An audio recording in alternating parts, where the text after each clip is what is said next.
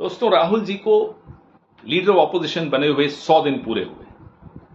ये उम्मीद कर लो आप कि इन 100 दिनों के उपलब्धियों के बारे में, उनकी परफॉर्मेंस के बारे में कोई टीवी डिबेट्स होंगी तो आप गलत होंगे। उन पर टीवी डिबेट्स नहीं होंगी। टीवी डिबेट्स होंगी ढंग की बात, मन की बात, बेढंग की बात, उन सब पे चलता रहेगा, उनको छोड़ दीजिए आप।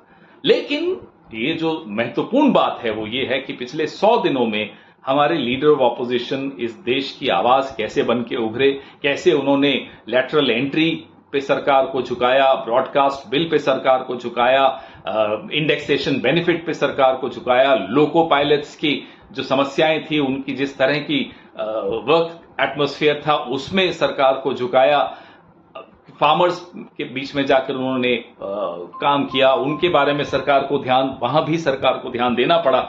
इस तरह से राहुल जी ने अलग अलग तबकों में जाकर विपक्ष के नेता की जो भूमिका होनी चाहिए, कैसे वो आवाज बन के उभरे इस देश के उन लोगों की जिनकी आवाज संसद तक नहीं पहुंच पाती, जिनकी आवाज बड़े बड़े बंगलों में जो हमारे मंत्री हैं वहां तक नहीं पहुंच पाती, कैसे उनकी आवाज वहां तक पहुंचाई जाए, ये राहुल गांधी ने पिछले 100 दिनों में हासिल किया। And it's our duty as opposition to be the voice of the voiceless. In that duty, our LOP, Shri Rahul Gandhi, has, I think, done something very exemplary, and that needs to be chronicled and also amplified.